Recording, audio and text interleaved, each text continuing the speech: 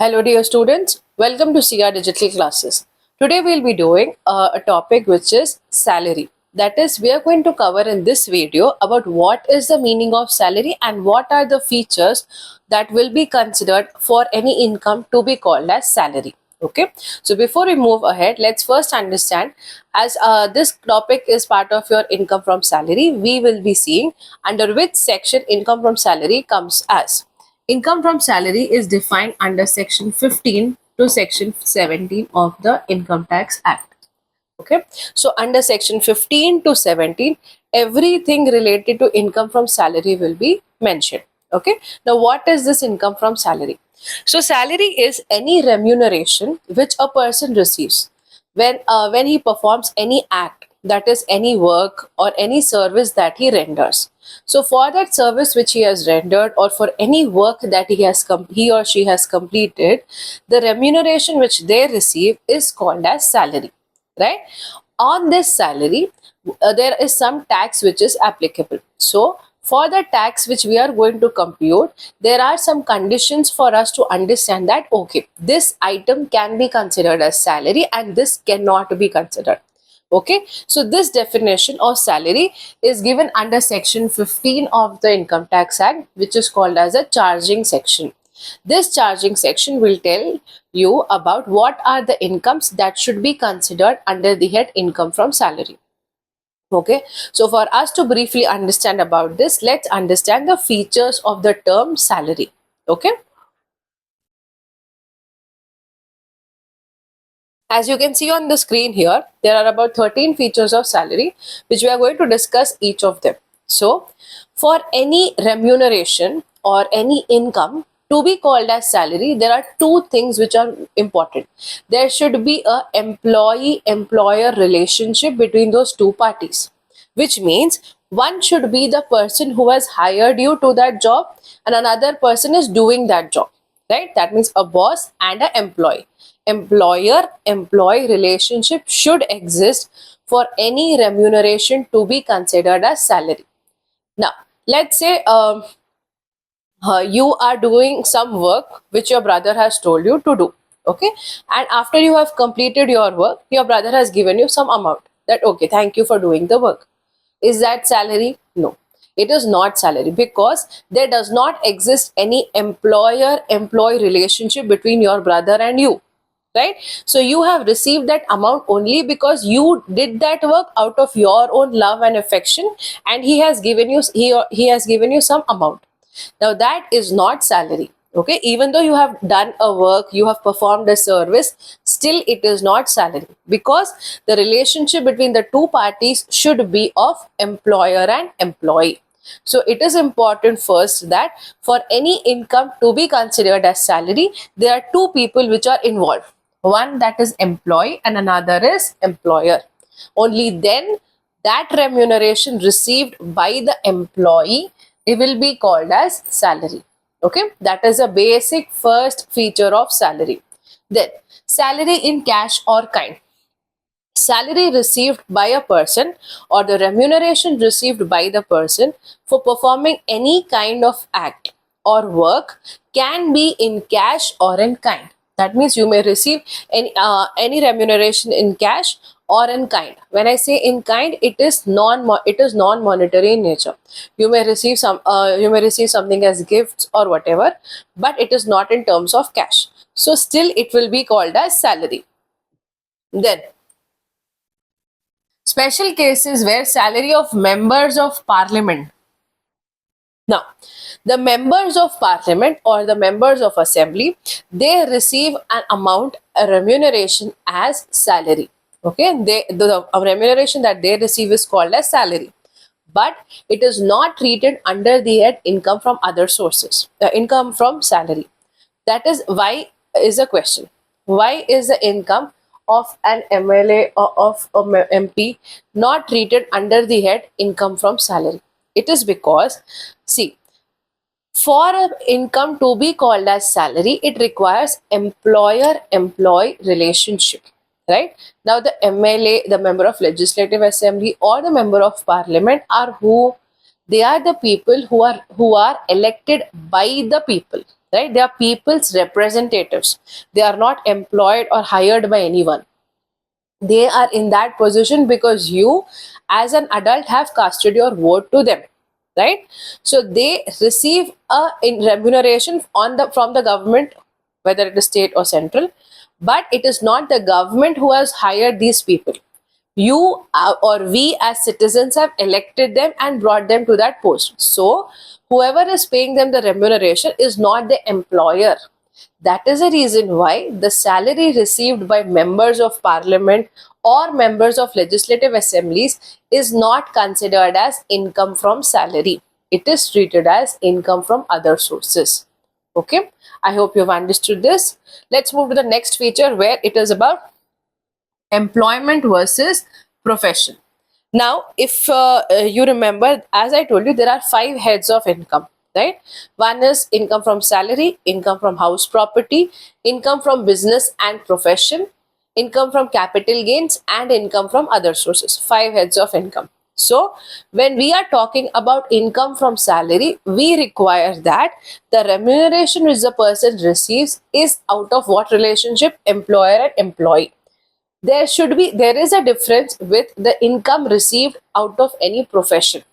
Now let's say I am a lawyer. Okay, now as a lawyer I receive some remuneration. That is treated as income from profession, not as salary. So employment is different, whereas profession is different. So the income which you receive as a professional is considered under the head income from profession and not salary. Okay, then payments after service discontinuation. That means at your termination. That means you no longer are part of that organization, but you have received some payment later. At the time of termination. That means when you have stopped to work in a particular organization. That also is salary. Now this is sometimes called as gratuity, which you receive at the end of your service in that organization. So that also becomes part of salary. Okay. Then multiple employers. It is not necessary that if a person A is working in an organization, he only has one employer as Mr. X. This person may be doing multiple jobs. So he may be receiving salary from multiple people. That is from Y, from Z. All of these are employers of Mr. A. So it means that a person can have multiple employers because they are working in different organizations.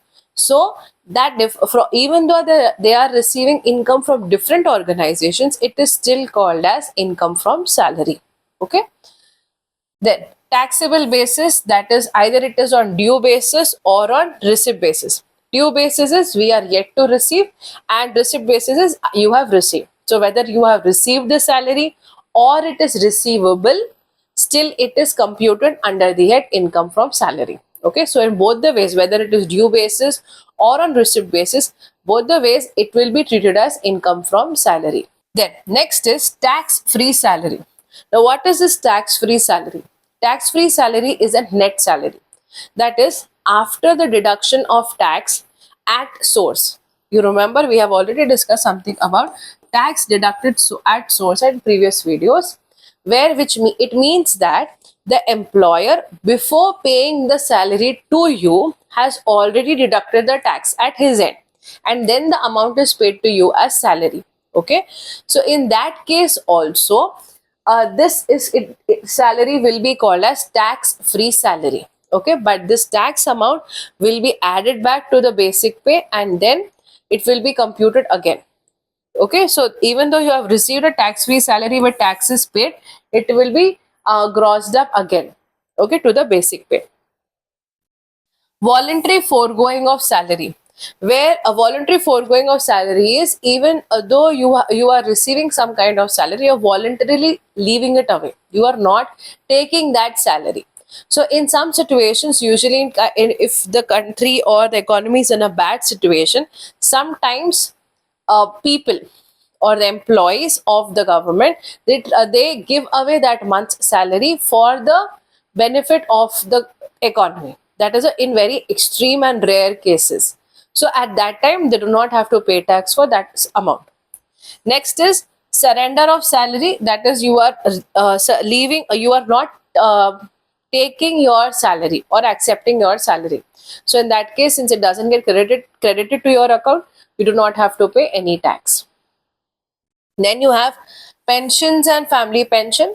If it is a normal pension which a person receives, that is fully taxable. Family pension is after the death of the employee, the family is receiving any pension, then it is family pension. Okay, family pension again has its own tax rules, where if the family pension is received in normal cases, then 1/3 of the family pension or rupees 15,000, whichever is less, is taxable. But if it is a case of people, servicemen who have lost their lives in any wars, which are internal or external, while they were in service, at that time, if they have lost their lives because of that reason, any operational encounters, at that time, then the family pension which the family receives is completely tax free. That is, it is exempted from payment of tax. Okay. That is about family pension. Then deductions by the employer. So if there are any deductions which the employer deducts at before paying the salary, then that will be added back to your salary while you are computing income from salary. Okay. Last part is dates of salary. So there may be two cases. Okay. One is you receive so you have a whole month of 1, 2, 3 up to 31st.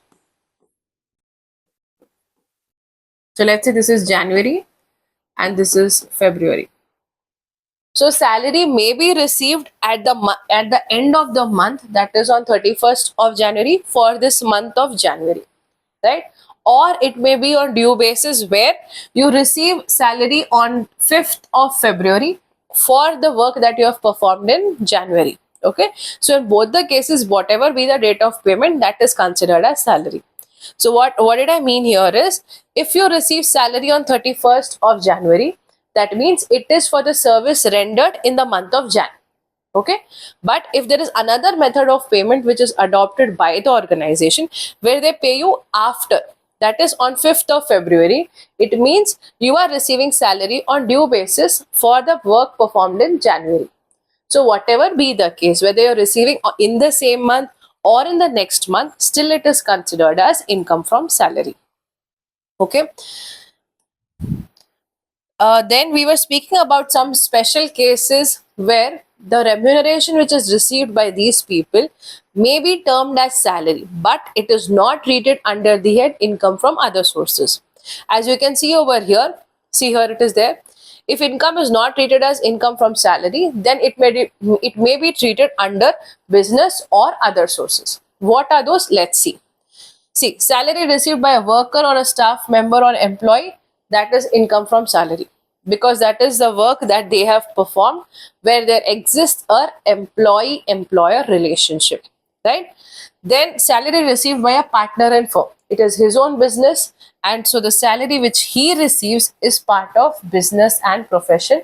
It is not salary. Why? Because he himself is a partner of that business. Then income received by director of a company, it is treated as income from other source. Then managing director, chief executive director, the income which they receive will be salary. Okay.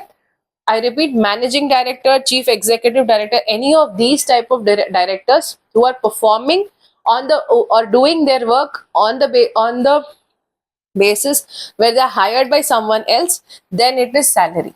You are the director of your own company, that is not income from salary. Okay, it is income from other sources. Then salary received by MLA and MPs, I have already explained to you what does it mean. It will not be income from salary, it will be income from other source. Coming down to judges of high court, chief minister and other ministers, it is income from salary. Now why chief minister? For chief minister we will call salary, but for MLAs and MPs we will not call salary. It is because I hope you understand the appointment process of chief minister. Chief minister is the person who is appointed from the majority, the party which has secured maximum votes. From them, one person is considered as chief minister, right? And this chief minister takes oath, or his service will be as he's hired by the government, or he is the one who has formed the government. So in that case, he is his income will be treated as income from salary, whereas for MLAs and MPs it is income from other sources. Okay, then income received by Advocate General of the from the government, that is income from his profession. That is because he is a lawyer. He has been elected as the Advocate General of the government, AG of the government. For that is a reason why it is income from business or profession, because of the skill that he has or the profession that he is into, which is law. Okay, so these are some exceptions which you can see, or some types where even though the remuneration is termed as salary, it is not treated under the head income from salary. So I hope you have understood what is salary, what is the meaning of salary, and the different features for of salary. Okay, now let's see what is a type of question that could be asked in your exam based on this. So a question that can be asked is, discuss the characteristics of salary, where you will mention about the meaning of salary along with the different characteristics which we have just discussed. I hope you have understood the meaning of income from salary and its features, and you will be able to write well in your exam. Thank you, dear students. Hope you have understood. All the best from SIA Publications.